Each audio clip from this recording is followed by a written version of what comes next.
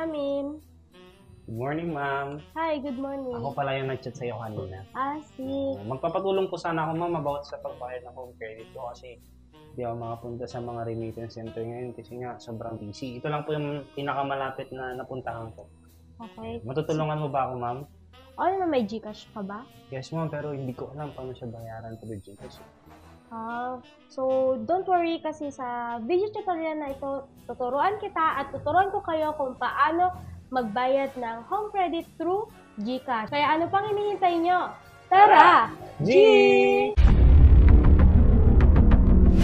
Sakaling meron ka ng balance sa GCash at sa susunod na magbabayad ka ng home credit ay kay GCash ka na. So, ituturo ko sa iyo kung paano magbayad. So, open mo lang ang GCash mo, then punta ka lang sa My Bills.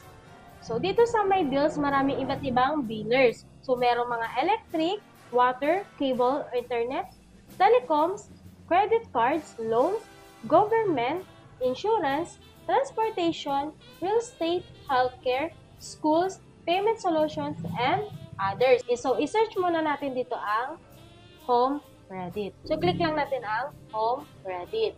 Matagal ba na magbayad ng billing sa GCash? Hindi naman, mga 2 to 3 minutes lang, okay na, bayad ka na sa home credit mo. So, meron ditong amount, then contract number or mas kilala sa account number, then mobile number and email address. So, i-type mo lang dito. So, siguraduhin mo lang tama lahat ng mga information na inilalagay mo at yung amount. At especially yung account number or your contract number.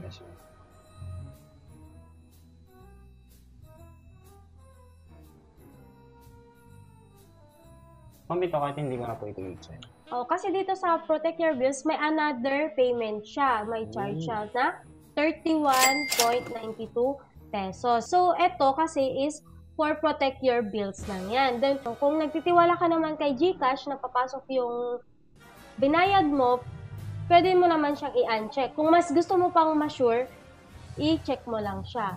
So, nasa sayo yan kung gusto mo mag-add ng 31 pesos or hindi na. Ay, ma'am, okay na po. Okay na.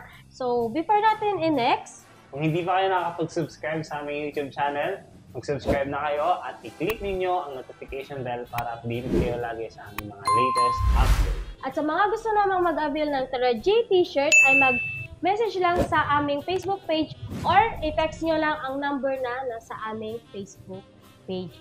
So, dito, i-click lang natin ang next.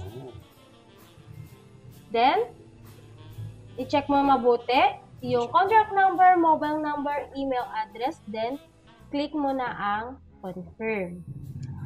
So, dito, kung gusto mo namang may copy ka ng resibo mo, pwede mo siyang i-download or i-screenshot.